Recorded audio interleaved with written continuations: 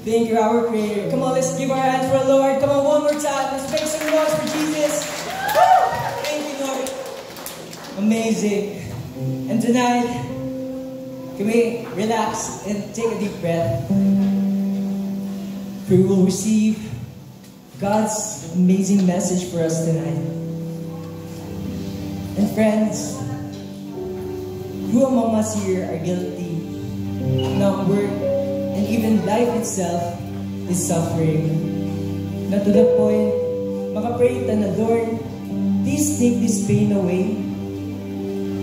Pero, sometimes no, naging times na dili ma-remove ni Lord ang kanan na problems. But tonight, even whatever your circumstance, whatever your situation you are right now, we can choose to say another prayer that, Lord, if you will not take this pain away, use it, Lord. Change me, Lord God. Make me a better person, Lord God. And use this pain to bless others, Lord. Because that is what Jesus did on the cross. Wala na waste ang suffering. Instead, His life gave us salvation. And tonight, let's open our hearts to Him as we raise our hands, if you're only comfortable, as we receive His love, as we trust in His plans, as we trust in His ways, and as we sing, Father, let your will be done.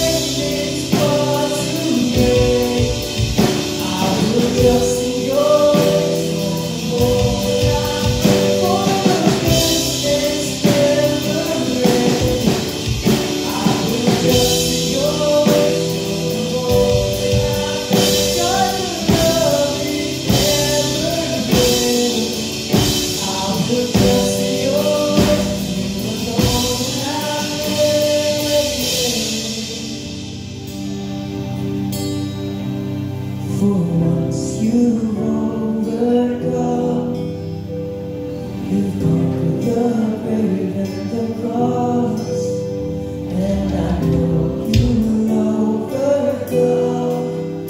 Not my will, your will be done.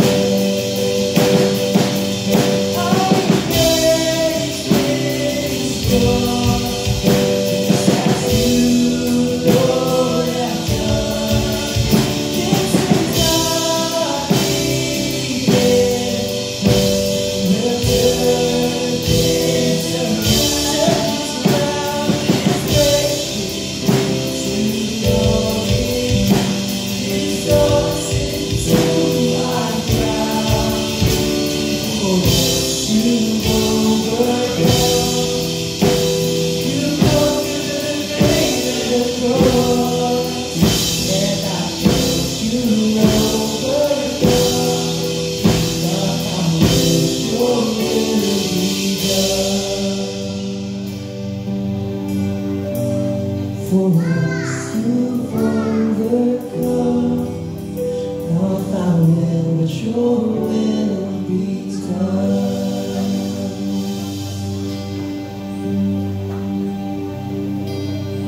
Father in heaven, we continue to trust in your ways, O Lord God. Even though, Lord God, there are times that ang among mga prayers dili ma-answer, we will still continue to trust in you, Lord. Even if dili maayaw na hitabo sa among kinabuhi karon, we will still continue to trust you, O Lord God. Because we believe, O Lord God, we hold on to the truth that your will always be the best for our lives. And this we pray in Jesus' mighty name. Amen. Brothers and sisters, kumusta? Okay lang? Laban ng gihapon sa live? Isa ba diri sa ato ang na-apply ang lessons nato from talk number 1 to talk number 3. Sa atong talk series nga 9 to 5. Din abay diri nga na-apply ang talk sa trabaho? O ay wala. Si Ate Joy ra naka-apply sa work.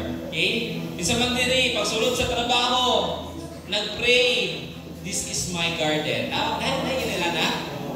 Or pagsulod sa trabaho before nag-work, nag-pray, my work is my worship. Dapat diri? Okay? Hopefully na because if na, that means that na-apply kita ang atong na-learn din sa peace about sa atong talk series nga 9 to 5. So brothers and sisters, maybe many of us this week felt heavy or tired or naka-feel of frustration sa work, dili sa work siguro, but maybe sa family.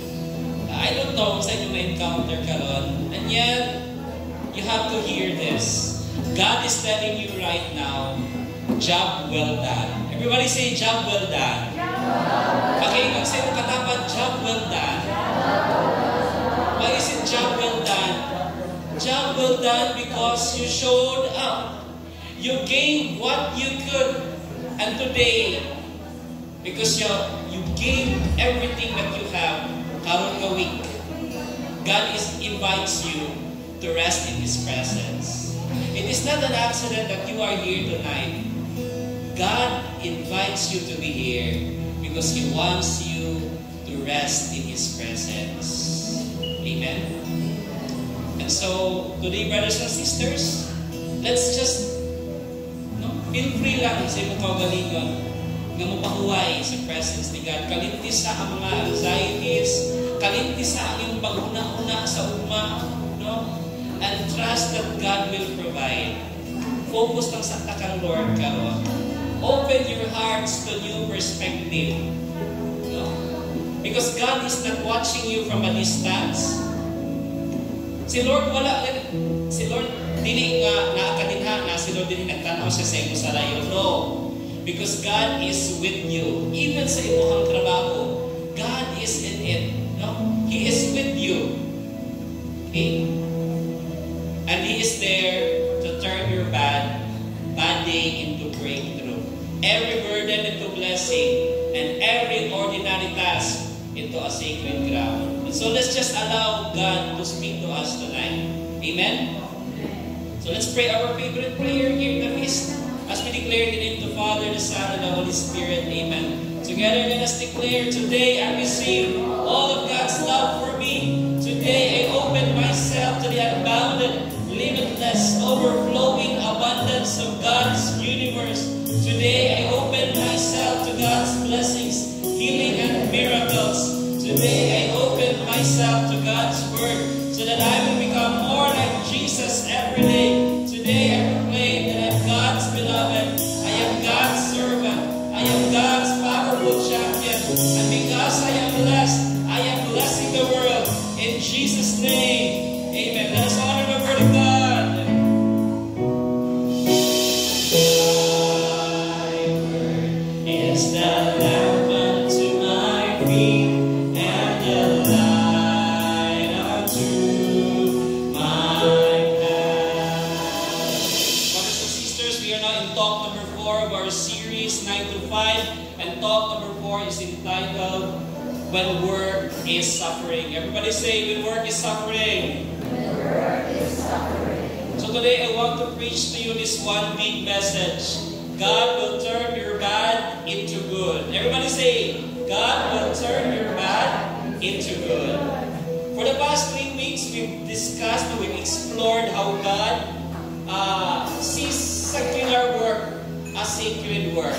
No? Kanang imong trabaho, although that's just an ordinary work, but God can turn that secular work. Ang imong trabaho sa pagtudlo, imong trabaho as accountant, imong trabaho as a nurse, imong pagtrabaho sa office, that is a secular work, but God can turn that into a sacred work. And last week, we talked about the rhythm of rest. How important to balance work and rest. Work is sacred, but at the same time, ang rest is also sacred. Amen?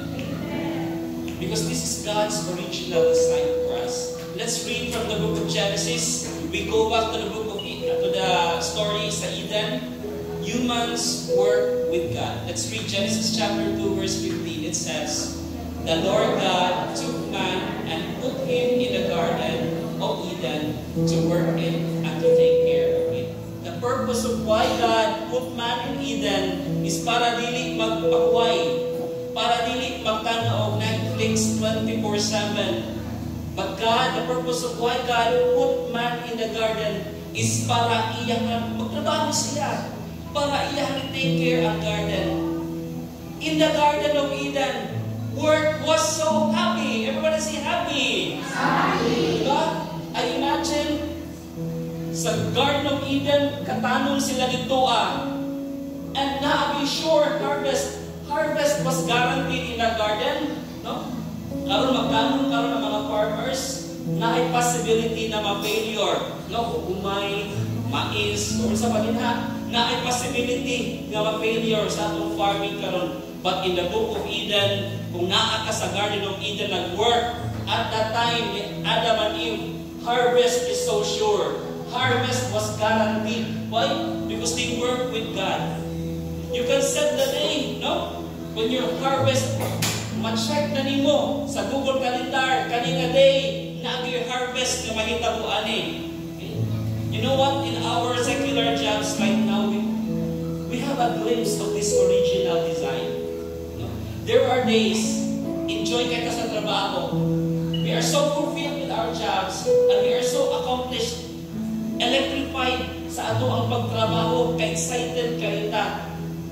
Every time we experience that, we experience work in the garden.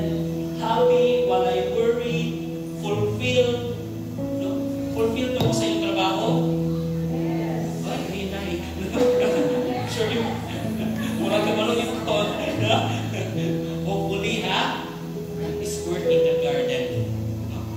Work karon is so far from this beautiful idea. Because right now, we no longer work inside the garden. We work outside the garden. And this is what the book of Ecclesiastes, everybody say Ecclesiastes, says. The book of Ecclesiastes was written 3,000 years ago. But makalilate di hapon taan eh. Let's read the book of Ecclesiastes, kung siya giingon about work. What do people get for all the toil and anxious striving with which they labor under the sun? All their days their work is grief and pain.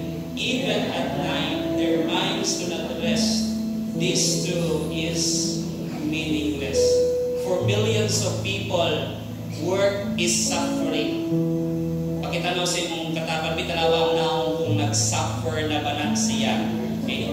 So, outside the garden, work is suffering. But here is the question. How can we find God even when work is suffering? Huwag na ang atong topic karon. That even if lisod magtrabaho, even if toxic ang trabaho, even if daghay mga struggles nga itong ma-encounter sa trabaho, we can still find God in the midst of suffering. I hope and pray that we will find God in our work, no matter how hard it is. Put your hands upon your heart, close your eyes, bow down your heads, and just allow God to bless you right now. Father in heaven, tonight we declare that we will find you in our work. We will serve you with joy. We will trust you that you are working in us. This we pray in Jesus' mighty name. Amen. Let us honor the word of God. Brothers and sisters. Thy word is the lamp unto my feet and the light unto my path. Give the Lord a big round of applause. Praise His name. Praise His name. As you sit down, this time the person beside you, God will speak to you today. Si Father, nag-peace na lang yun. So, okay lang, Father, mag-continue, sige. So, we'll continue with our talk. Kadi naman na ito, para makasubid na dito sa ako ang mas. So, some kids, pwede na muna for separate sessions. You go to Akiyani. Some kids, okay?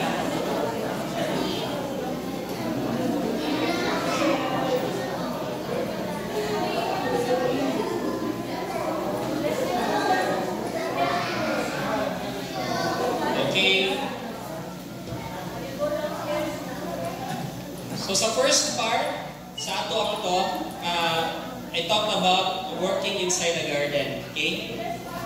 Pero karon, ang atong talk is about suffering. This is already all about working gawas na sa Garden of Eden.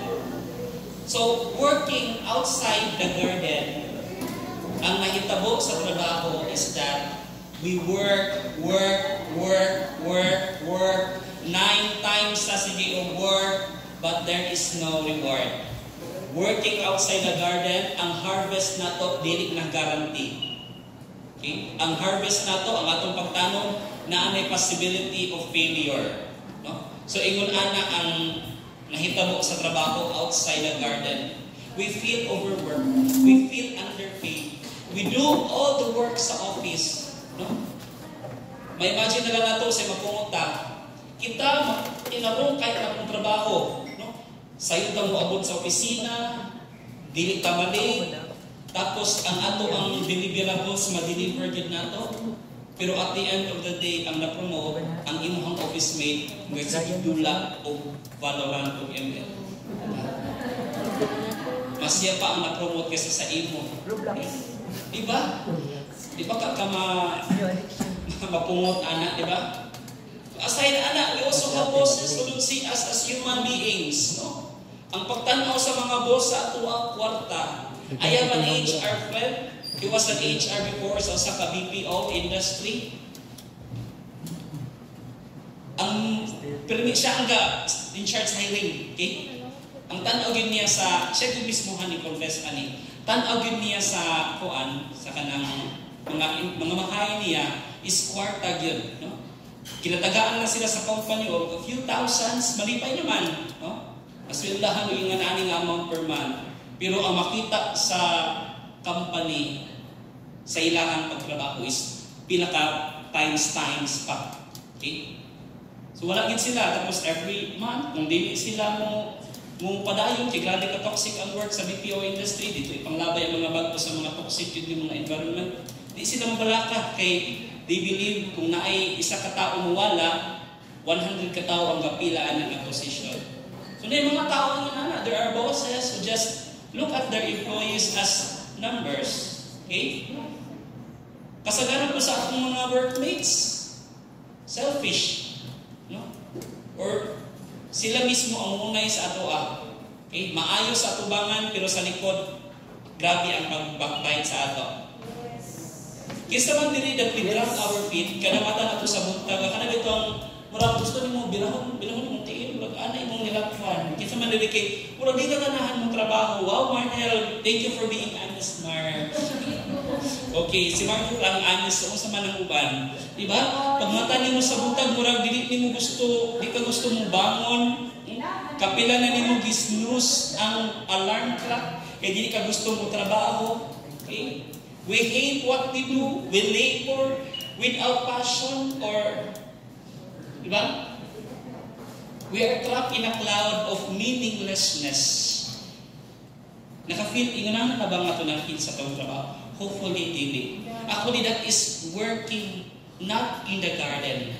We're working already in the wilderness. Everybody say wilderness. Wilderness. Diba? We know we're not living in Genesis chapter 2. We are already living in Genesis chapter 3. Nganong mahitabok mo ni siya? Nga naanay meaninglessness sa trabaho. And we can only blame one thing. Why we no longer feel meaning sa atong trabaho. Tuluran ni ka letter, isa ka word. And that is sin. When sin entered the picture, dito na nagsugod ang struggle sa tao. Dito na nagsugod ang tanan kamalasan sa tao. Pagsulod sa sin. When Adam and Eve disobeyed God, no? Tanan generations, kitang tanan na damay. Mubito na magpabunyag ta. Bunyag is the remedy of the original sin. Wala ba'y sala ng bata, di ba? Wala na siya sala. But because sa sin ni Adam and Eve, tanan generations na damay. No? Kung nag-drive pa na si Adam and Eve o Bachelor Express going to Davao City. No? Tapos, sakay pa tanan, kaya we are sons and daughters ni Adam o ni Eve man. So, sakay tanan na Bachelor tanan, drive pa ino sa Davao. Pag-abot sa Sibagan, kay guba man at buwan. Dinhadapit sa may Rio, kay ibang pang din nahulog dito drive ni Adam, nahulog tanan generations na fall. No? Muna siya brief explanation why kanang original sin. When Adam and Eve committed disobedience sa gisugo ni God, nawala ang atong missing mark of being a human person. That is the literal meaning. That's from the Greek. The Greek meaning of sin is that it's missing the mark of being a human. Naturally, gihimo ta sa Ginoo to give, to be generous. That's our nature. Diba? To be generous. But when sin entered sa atong kinabuhi, we do the opposite thing. We hoard. Everybody say, we hoard. Kinsa man diri ang naay habit nga mang-hoard. Mang-hoard o ballpen. Naway diri. Ganahan. Ako, naganahan nga akong ballpen karon, no? Kay sa law school, kinasulat ko muna ng case digest. Dahil like ka ng case ang basahon, tapos amo na i-summarize. Sulat yun, handwritten, no? Pero nahuna-una na ako, wala ko sa may purpose, masita sulat ko. Case digest nga ang bar karon online naman, typewritten naman. Okay? So, gahord ko. Pero muna siya, what I'm saying is that ang negative wording, na pinaka the best nga hoard nga nato nabalitaan karon, ka-hoard siya ang mga luxury cars. Di ba? Ato yung dili na ang pinaka ang gusto nila sa mga bata ron nga profession is dili na ma-doktor, kanang lawyer, contractor na. No? One time nag-contest ng mga contractors, no? kinsa ang pinakadako nga contractors. Kung natong Chinese, anang Chinese nga. Ako'y isa ka luxury car worth 20 million pesos. Pangutana rin sa mga tao nga, uy, mo sa imong sekreto. At ang Chinese, kita ka na katulay, 10% anak ako na. Sabi, di pa ang mga tao na, katawa ang mga tao. Pagkasunod na po, Pilipino. Ako, na ako'y 40 ka luxury cars. Ang Chinese, pilibang Chinese, kaya isa na magkabokya ha. Sige, usa mo yung sekreto. Diyan nga, kita ka anak na tulay. Pagtapos sa Chinese, may tulay. Mauna akong sekreto. Ghost project. Okay. Wala'y problema ng contractor ka, engineer ka, no? Politiko ka, dili na daotan nga butang. In fact, Pope Francis, gi-praise niya ang politics. Politics is not evil. In fact, that is a noble calling. Because ang imuhang calling as a politics is to see to it the common good. Maugin na. No? Kung wala'y politics, wala'y mo lead sa atong country. Diba? We need politics for the common good. Para sa kaayuhan din sa tanan. That's a noble calling. Pero mo lagi kagisakyan man, no? Sa yawa, through the sin of greed. Mo na nang nahitabo karon sa atong nation. Pati sa atong dili lang nato i-blame ang mga politics, even kita mismo sakyan ka sa sala. And because naatay sala, no? Nagka-buisit ang atong life because of the sin. Okay? Because of that, we keep our bellies full. Bahala ng uban. No? Bahala ng, wala na kayong pakialam sa uban. Basta kay satisfied na ko, makapalit lang ko o dinner na ko nga worth 700,000 pesos, okay na ko. Bahala na ng mga nabahaan din ha. Okay? Yung naanak bata. Why do we hoard? Ano man? Ano ka nga mag-hoard ta? Kung sa kahay root cause ani, bulta sin. Ang hoarding is already a sin. Pero nga nung hoard mong yun ta?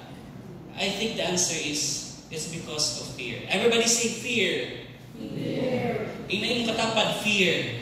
Fear. Una ang reason nga nung mang-hoard ta. Okay, ato ning i-practical. Nga nung mangawat man ang tao. Tungod kinahadlok na siya. Nahadlok na siya mahutdan. Nganong mang-cheat man sa exam, kay nahadlok na siya mabagsak, mabutlog. Okay? At the core of all the sins that we commit is without God's goodness. Everybody say, without God's goodness. Mangawat ta, mangurago ta, because sa atong huna-huna, dili mo provide si Lord. Sige tagkayo, dala, kayo. To the point na nalimta na ang pamilya. Because without God, na makaprovide si God sa ato ang needs. Maugin na siya. When Adam and Eve, no, committed the disobedience, nag-doubt sila sa goodness ni God na mo provide sa ilahang deepest desires. That is why we're so driven by our overwhelming anxiety. We resort to immoral shortcuts to attain our goals. We cheat, we lie, we pretend who we are not, no? Because of fear. And this sin disconnects us from our authenticity, from our purpose, from our identity. No? Natulibagbag ang tao because of sin. And no wonder work outside the garden is so frustrating. It's all because we maintain an appearance. We maintain an image nga dili kita. No? Kanang pagka-greedy, dili man na kita. Pagka-lustful, that is not you. Pagka-prideful nga pagkatao, pagka-masukan nga pagkatao, that is not you. No? Dili na mo ang imong image. Ang imong image is you are generous. Ang imong image is you are loving. Ang imong image is that you are pure. No? Mo na nga itong image gihimo sa ato sa Ginoo. Pero when we commit sin, mubuhat tagbutang, madili na kita mao. No? We messed up our world. Ano man? No? Actually, sin starts small. Everybody say, sin starts small. Actually, ang kanang sala, dili pa gila siya, di pa na imo ma-feel ang effect kung ginagmay pa. One time, nag-join ko ba confidence through online na. Ningon si Rex Mendoza, years ago, okay, dili, nanay magi corruption.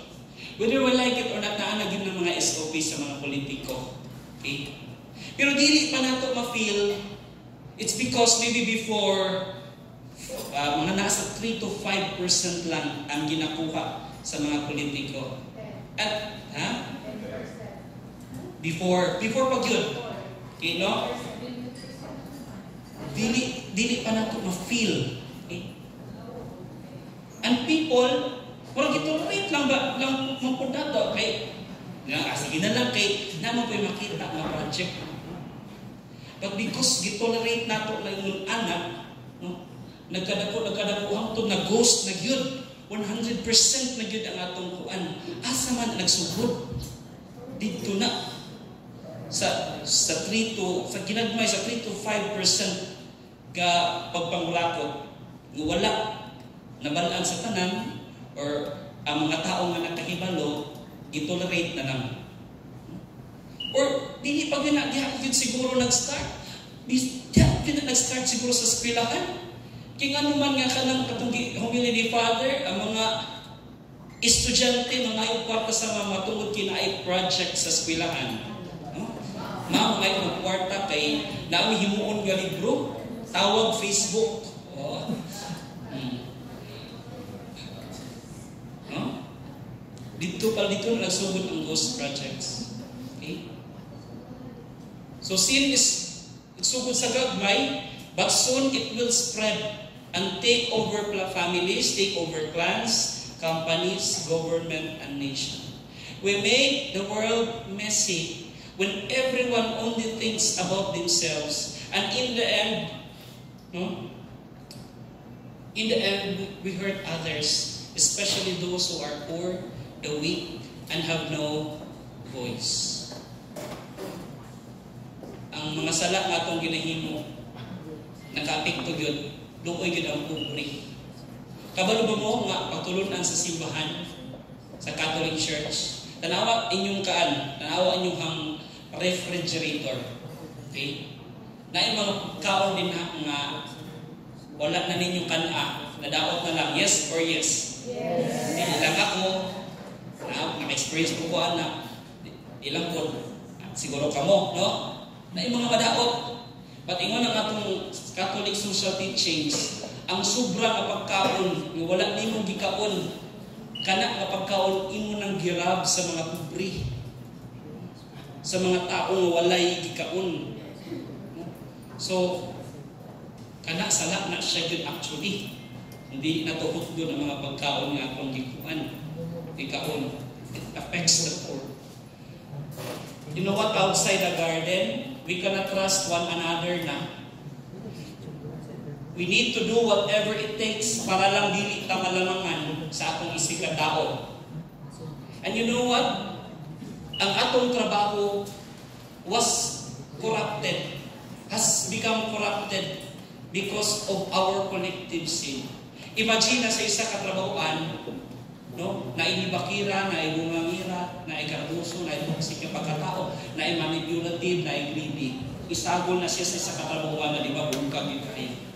It is our collective sin, no, that makes society so messy.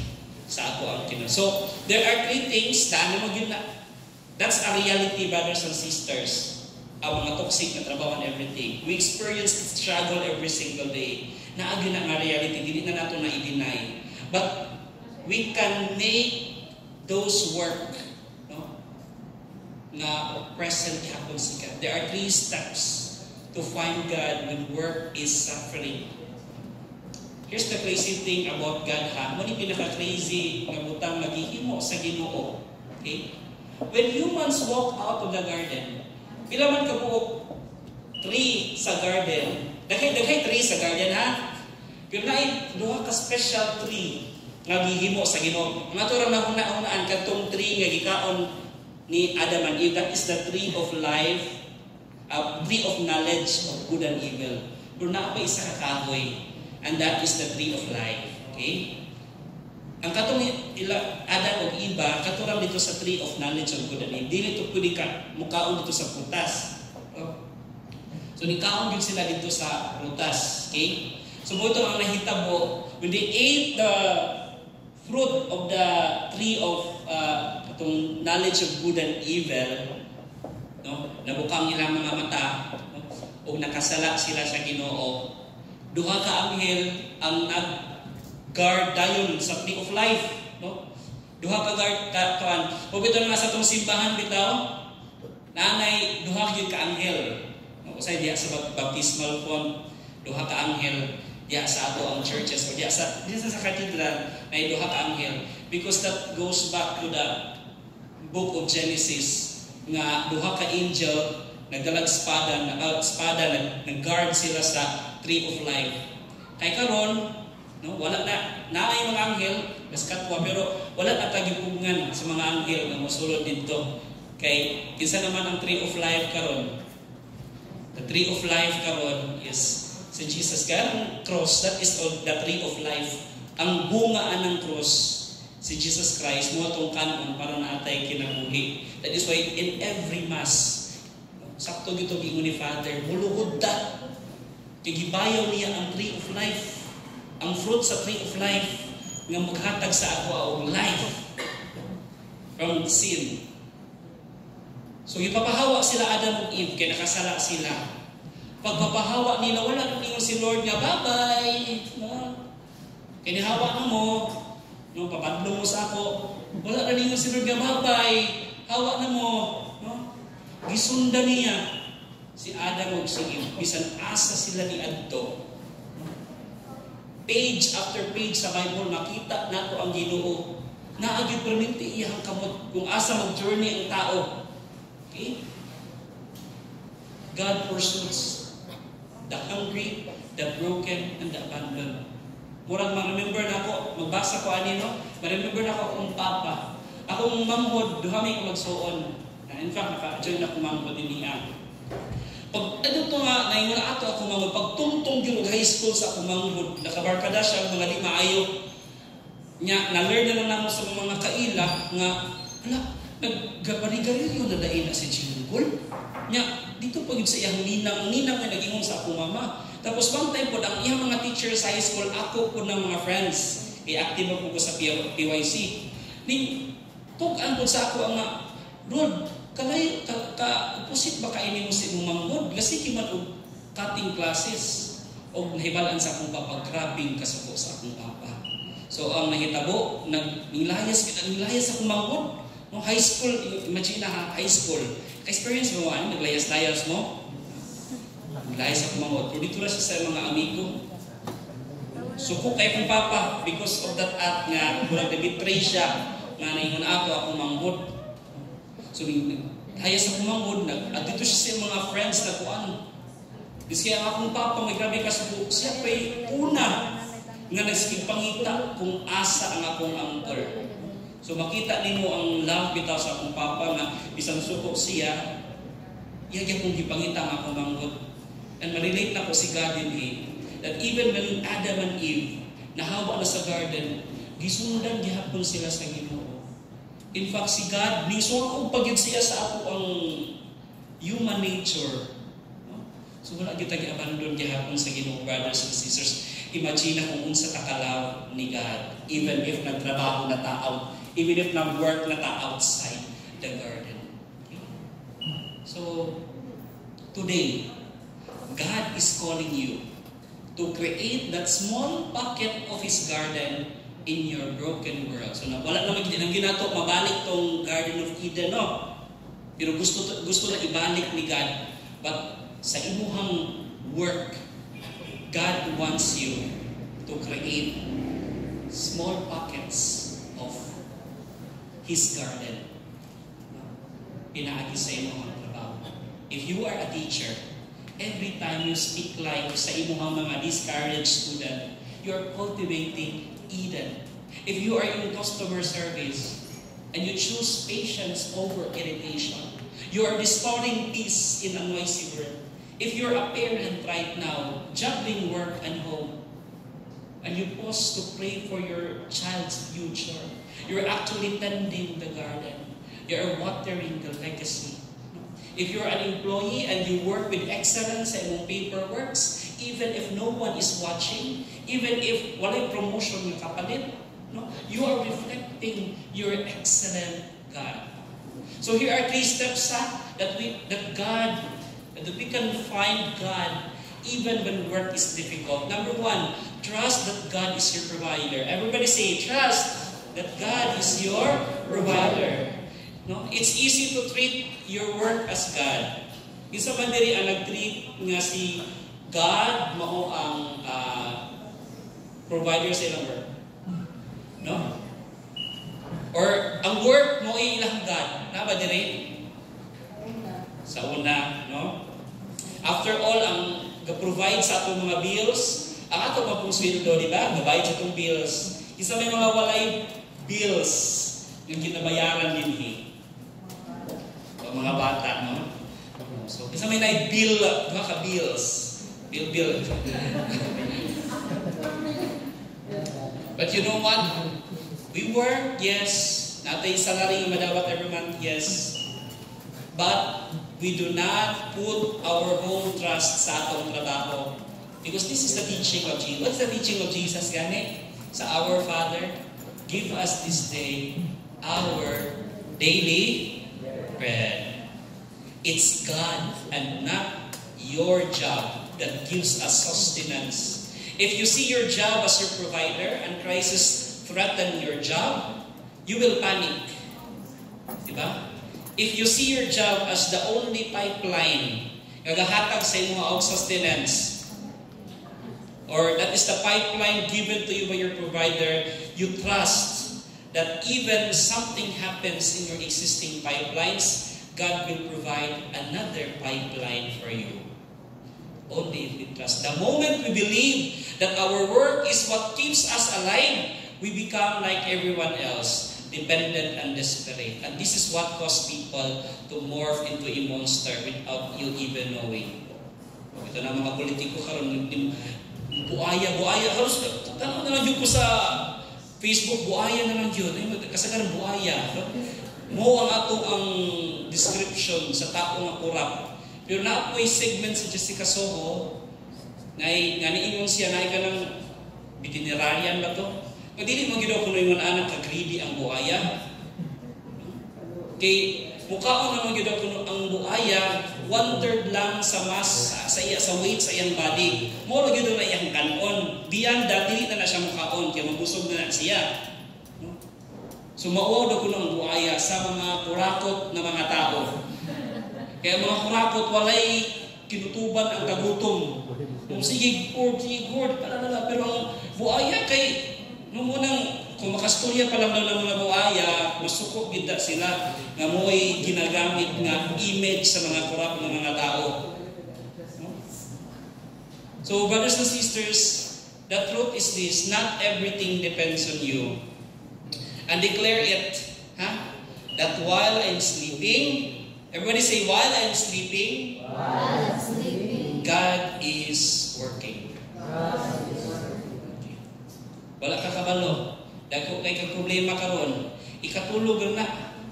Because you do not know while you are sleeping, God is solving your problems. Step number 2, trust that God turns bad into good. Okay? The book of Genesis ends with the story of this very famous man. Pangalan nato Joseph. Last story sa book of Genesis. And we all know the story of Joseph. Joseph dreamt. Diba? Nagdamgo si Joseph. The Joseph of Old Testament. The Joseph also of the New Testament, nagdamgo po. Diba? Umaadto sila sa Egypt. Nya kayo si Joseph po nga sa Old Testament, ning adto po siya sa Egypt. Because gibaligya siya sa iyang mga igsoon. And you know what? Just to give you a trivia, nga nung si Joseph ang giinitan, because si Joseph ang pinaka-paborito nga anak ni Jacob. Nga nung siya man ang pinaka-paborito nga anak ni Jacob, kay siya man ang anak sa paborito niya nga asawa na si Rachel. Upat kabuok ang asawa ni Jacob. Leah, I don't know sa duha, mga servants, ikaupat si Rachel. Si Rachel ang iyang pinaka-paboritong asawa, pinakalas na gihatag ni Laban, o ang anak nila, duha kabuok si Benjamin o si Joe. Pero ang first yun nga anak si Joseph din si Benjamin na yan. So, nagdambo pagid siya, namubaw sa iya yung mga igsoon, nagsamot ang paligod-god siya ng igsoon. Nagsiros na ganit sila kay siya ang pinaka-favorite, tapos nagdambo pagid siya na mubaw sa iya ang iyang mga igsoon. So, to cut the long story short, gibaligya siya o niabot siya sa Egypt, na priso siya for pila ka years, tapos i-interpret niya ang dream ni Pharaoh, nahimo na yun siyang governor sa Egypt. The second most powerful man all over the country. O siya ang reason while na-save ang Egypt sa famine. O dili lang ang Egypt, at that time, ang uban countries nagsuffer sa famine. And because ang Egypt na ay ready, available, surplus ng mga pagkaon, na blessed po ang uban ng mga nations. Wala sila nagsuffer kaayo because na ay Egypt nga nag-provide for them. And that is because of Joseph. You know what, brothers and sisters? No? Mo ni ang iingon ni Joseph, at the end sa iyang life, no? Nagka-okay na siya sa iyang mga igsoon. Mo ni ang facing his older brothers, kaya nagkakita naman sila. No? Tanawa na lang natin yun ang salida ng Joseph the Dreamer. Nagkita siya sa mga igsoon, tapos Joseph said, "You intended to harm me, but God intended it for good, it all for good. He brought me to this position so I could save the lives of many people." Perhaps you're like Joseph today. Basin ikaw na si Joseph. In your work, you feel like a slave and a prisoner. No? Ikaw perminti ginadaog sa inyong opisina. Okay? Ishalad lang at sa Ginoo. Because God, no? Declare this, God will promote you. Palakpakan nato si Lord. Because He will turn your bad into good. He will transform your suffering into success. And trust that God is full of surprises. Siguro gidaog-daog ka karon, but later on, God will lift you up because we have a God who is full of surprises. Even when He doesn't seem to be answering your prayers, ka-experience ba mo ani, nga kahambing i-answer ni God ang atong mga prayers? Maybe God has something best para sa ato. So indeed, when we're suffering, sometimes we pray, Lord, please take away this suffering.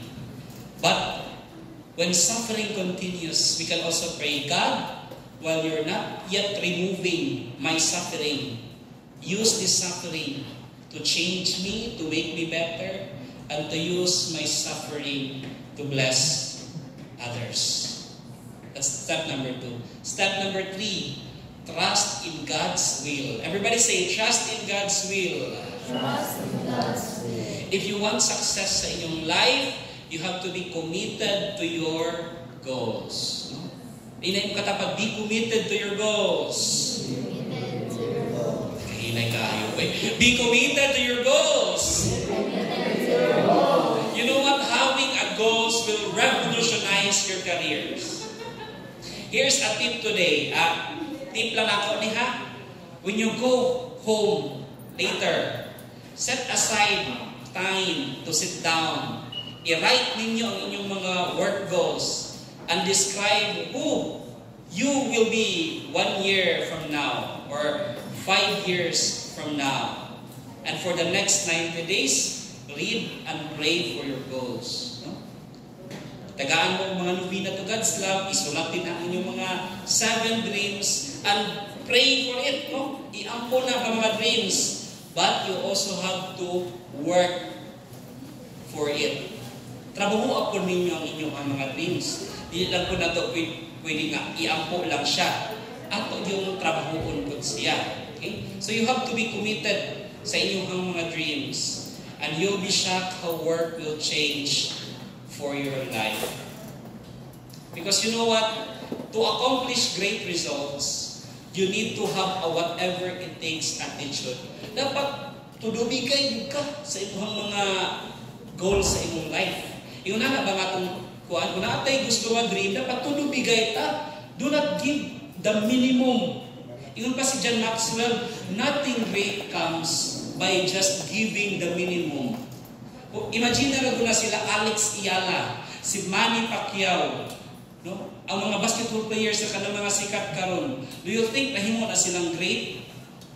Kung wala nila gihatag yun ang, kung minimum lang ng ilang gina-give sa ilang training, di ba?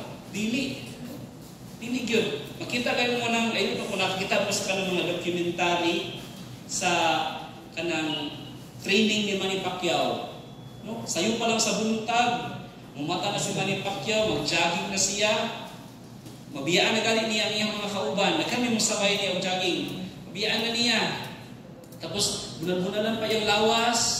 So, grabe ka committed si Manny Pacquiao. In fact, si Pro Coach Freddie Roach, in one interview, naingon siya, si Manny Pacquiao, isa ra gyud ang iyang problema.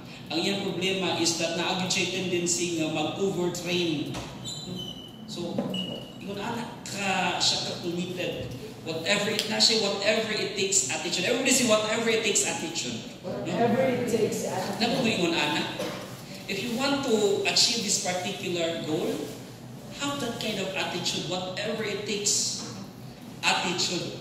You have to give the best. Kay wala yung great or the best nga come out kung minimum lang nato ang ginahatag sa atong relationship, sa atong finances. No? If you're committed, yung ma-impas na ng utang, have that attitude, whatever it takes. Disiplina. No? Sa imo, di ka sa kamay ng ko. Oh, pangita kang extra income, mamalit ka dira, mag-online selling ka, para ma-impas ang ginautang. Whatever it takes, attitude din ta. Okay? Pero kanang nga attitude, as God's follower, whatever it takes attitude is not enough. It must have a limit. Everybody say, it must have a limit.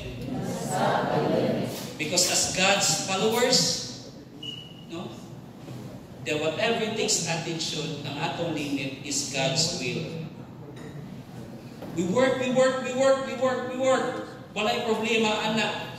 But hopefully, at the end of the day, we pray to God, Lord, hopefully, kani akong ginahimo, connected pa sa imong kabubuton sa atong life. Okay? That is the boundary that we have, God's will. Or else, kung wala ka ng God's will, wala ka ng prayer, we will become a very dangerous person or a very destructive person sa atong kinabuhi. And we will harm. Noon inahitabo ni Adam and Eve. They have whatever it takes attitude. Kaon ikaw na, gikaon yun nila ang tree of knowledge of good and evil. They disobeyed God because wala sila preno. Okay? Wala sila naguna-una kung align pa ba sa will ni God. So, here are two ways we follow Adam and Eve on the wrong path. So, number one, example number one, do whatever it takes to make our products cheaper. Isa may mga negosyante din hinaway, mga negosyante. May tatamahuman, by the way. Mga negosyante, wala mga negosyante din. Okay? As an entrepreneur, I must do, diba? Kung negosyante ka, mangita yung kag mga pamaagi nga makakat ka sa inyong mga kuan din ha, mga finances din ha, para ma-survive ka. Okay? In fact, sa mga factories karon or mga industries, common practice yun nila, kana bitawang contract lagyan ang empleyado. Kaya kung irregular maguna nimo, mas dako ang imuhang gasto. Okay?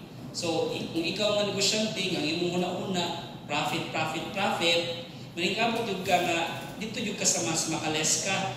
So, you know what? Kani mga kumpanya nga contract lang ang ilahang ginakuan, ang ginabayaran na nila is base lang sa minimum or base lang yun sa kung saan nakastate na sweldo sa kontrata. Nya after that contract, 6 months, i-terminate na nila, lahi na po nga batch ang uli. Okay? Kung naman may continuous nga hiring, kanina gihapon ng grupo yung i-hire sa sunod nga term, regular na sila makonsider. So kung regular na siya, mabayad ka o tanang mga benepisyo na i-leave, na ay 13th month pay, entitled naman na sila anak, so mas madapan ka. So ni mga companies, mo prefer lagi sila sa kontrata para dili sila magastuan pag-ayo.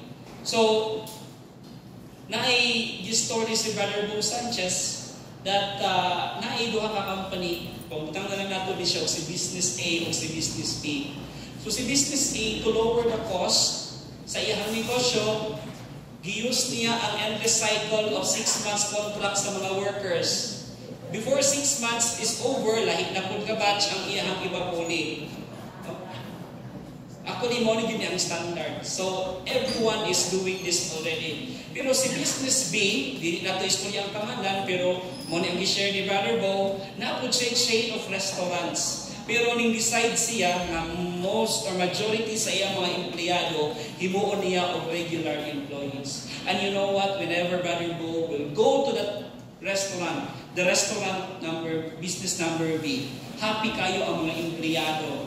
He is greeted with joy and happiness sa mga waiters, treated like a king. Tapos ang service kay happy ang mga empleyado, nindot po ang serbisyo nga ginahatag. Tapos ang pagkaon, super lamig kaayo.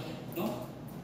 And to pay for this business price, so, siyempre, kung gasto man siya kay regular ng iyang mga empleyado, mas mahal-mahal ang iyang presyo as compared sa business A. Pero you know what? After reading financial statements of both business B o si business A, ang resulta, kabalo mo kinsa ang mas profitable? Si business B. Ang mas profitable. Even if mas dako siya gasto sa iyang mga empleyado as compared kang business A. Example number 2. Do whatever it takes, no? To sell more products. So I say these statements without limits. Some salespeople will lie to their teeth. So may mga nasa sales team, maligyag sabon. Okay? Kabalo ba mo nga ang mga na maligyag sabon, wala na sila ng maligyag sabon by the way. They are actually selling hope. Everybody say hope. Paglaom. Diba? Wala sila maligyag sabon. Ang gibaligyan nila, paglaom. Diba? Baligyan nila ang mga pangit nga tawag sabon. Ano na to? Or mga itong mugnaw sabon. Tungod kay palitan ni kay naani paglaom. Hope nga sila yung guwapo pa ka. So, you know what? Kani mga sa mga sales nga magbuhat sila para lang nindot ang ilang produkto. This is the reason why the Philippines is the Ponzi capital of the world. Very sensitibo niya ako i-share sa inyo karon. You know what? Naayo ko'y silingan. Nag-invest. O I think majority, hindi lang kay silingan, mga silingan. Nag-invest atong sikat nito na.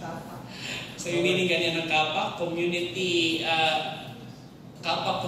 basta ka nakakuan. Daghan. No, kung pwede pa lang ang yugo sa Kabaw o Bebaligya no, para i-invest sa kuan. So you know what? Dili lang man Kapa ang sikat. But prior to that Kapa, daghan pa naatay ka ng mga multitle, mga pyramid scheme as early as 2000. Ilan to, kung ni-apin ko mo ani, nagutang og savings, that, diba? May mga promises na to. Ang multitle, lahi po ni siya na kanang pyramid, multi-level marketing ba ni siya or pyramiding scheme. Nag-promise sila ng 10 to 15% interest per month. Diba? Pagka-collapse, nagkantao na ang kwarta. Nganong ang mga tao mo kagat mong ginani? Why do you think? Because maybe profit is more important than people. Ganun na yung mga scammer. Because maybe profit is more important than people. No? Napay tulo ka klaseng nga Ponzi schemes in recent years. Okay? Sa man sila, ang Aman Futures Group. Ang kaning Aman Futures Group collapsed in 2012. Promised 80% in weeks. Imagine that is kung 80% per week, that is 240% per month times 12. Nasa mga 1,000% kapin a year. Okay? Napay mga performance investment products, ning collapse atong 2011, ang promised return 6 to 29% monthly. Apa, Community Ministry International. Pastor ang nagdala. Collapse 2019. Ang promised return 30% per month. So mo ni siya, brothers and sisters, if we lack financial literacy, tapos we add with greed, ang resulta, scam.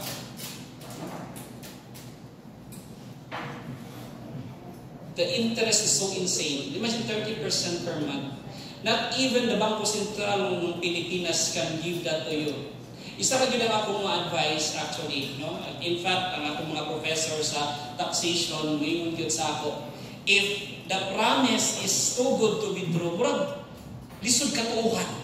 No? Pag lisod na katuuhan nga, ayaw na lang kinugsunod. Ngayon siya mo, 20% per week. No? Murag, kinsa man nga negosyo ang maghatag sa atong anak kadako. Not unless kung namanigya siguro siya kung posible, pwede. No? Pero kung sa nga negosyo nga makahatag anak nga klase nga interest, kung maglisod tag una-una aba. No? Kung ingon anak na gani, brothers and sisters, likay na yung anak. Ha? May pag iimpito na lang nimo or imo nang damot yung mga government ka fixed yun. In fact, ang impito ka 7% per month. Wala pa yun ay buhis. Accepted na siya sa buhis. Okay? So, kana brothers and sisters, so, diri asa ways, we encourage you, and invest dito sa insakto nga mga pamatagi. So, as we end, brothers and sisters, can I ask everyone to please stand? As we end,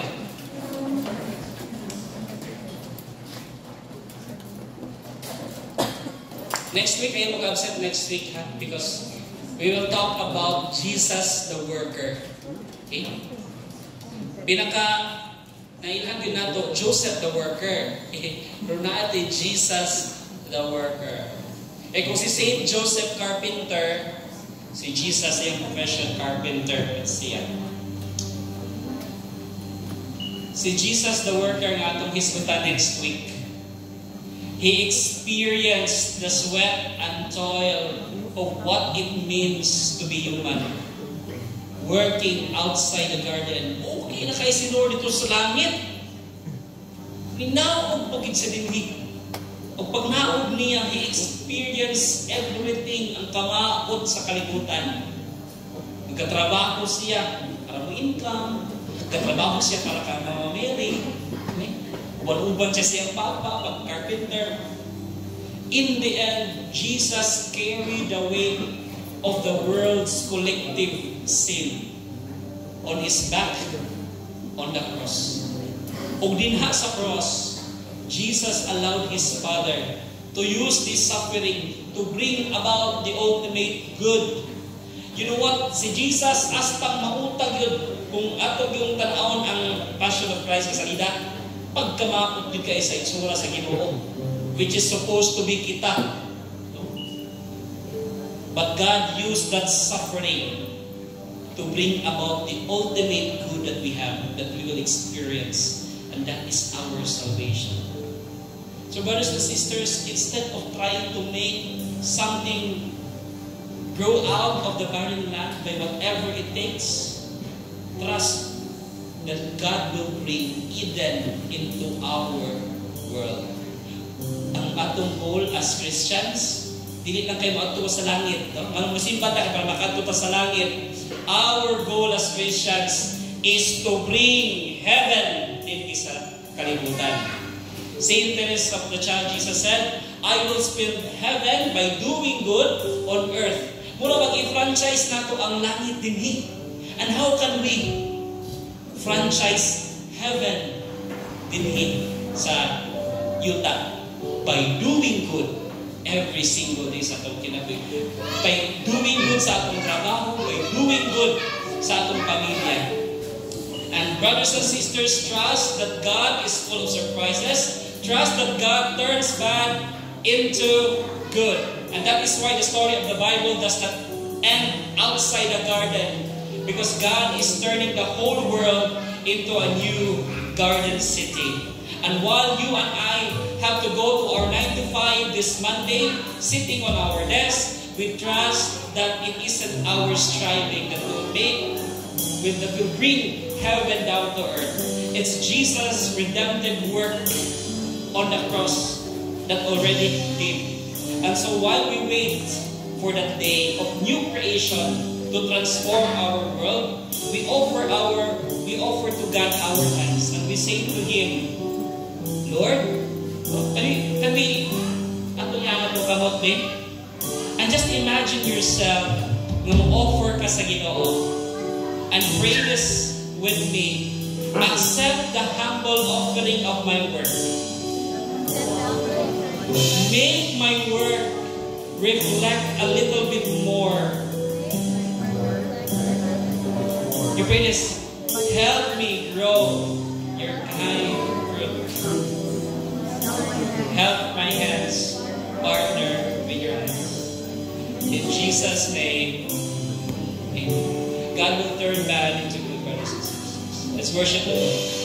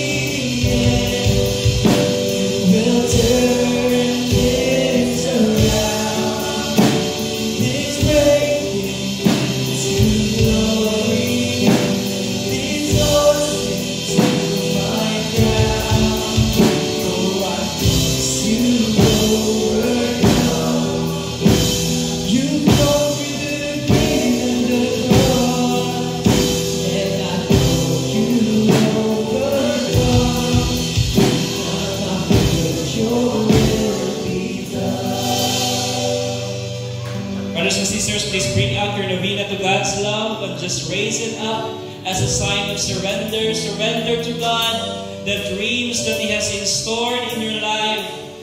Father in heaven, awaken the dreams that you have written in my soul and give me, Lord, the courage to pursue them with faith. Lord, shape my desires that will reflect your will, O Lord God, and that every step that I make echo your purpose. This we pray and ask in Jesus' name. In Jesus' name. In Jesus' name. Amen.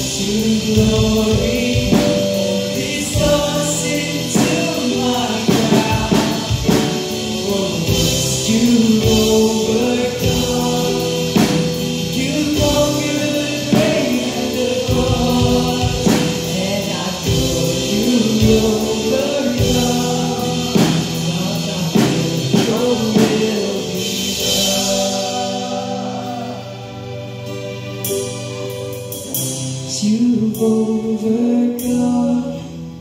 not my will, your will be done. Let's give our hands to the Lord. Thank you, Jesus. Amen. Praise the Lord. Even when our plans fall apart, no? Even when the pain is too heavy, we will still choose to trust the Lord. Amen. Again, let's give the Lord a big round of applause. And as you sit down, please tell the person beside you, trust God. Trust God, trust God, trust God. Thank you. Okay, you will sit down. Because of sudden changes ato ang feast tonight, I encourage servants na i-put up na itong mass. Mag-mass na. Okay? So, before ta mag-mass, announcement na lang ko para hindi patwag right itong lagan. So again, thank you for being with us tonight. So, mag-soko na din itong mass after this. Okay? Next week will be our top 5. We end our talk series late next week with a talk series, our talk called Jesus Had a Job. So see you again next Saturday. Bring one and bless one.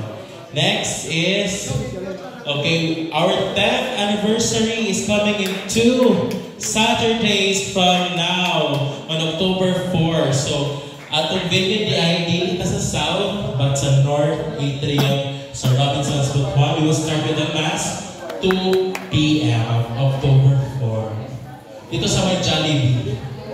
Yes. Dito tayo imutang sa dito. Anyway, sorry.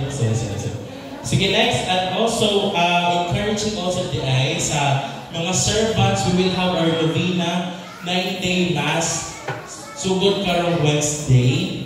All servants ang naka-assign sa Wednesday 6 p.m. kay 30-minute mass sa cathedral, right? Tama ba? There's a Webes of production and choir. Sa Friday, ang finance, marketing, speakers care at builder. Balik dito. Ang singles LG may tapos sa Thursday kaya mostly sa front mga singles man. So after sa mass, pwede din ka mag-LG sa Almang Inland Hotel. Wow, so siya. Part ko din yung mag-collab to. So encourage mga singles to join us on Thursday. Next is we have our couples light group. We have on discipleship Friday 6 p.m. at 12D Cafe. And then next, serve with us. Salamat sa mga mag-serve, especially sa dance ministry. Mga dance. Thank you, dance ministry. Matapos mo practice next week. Thank you for saying yes sa mag-serve karang anniversary. So sa gusto mo serve, just head to the secretarial table and fill up the servant's info sheet. Okay, next, you can give your love offerings online through our two various methods at the RCBC and GCash account. Thank you for your unending support. So please. Ano ba tayo first-timers?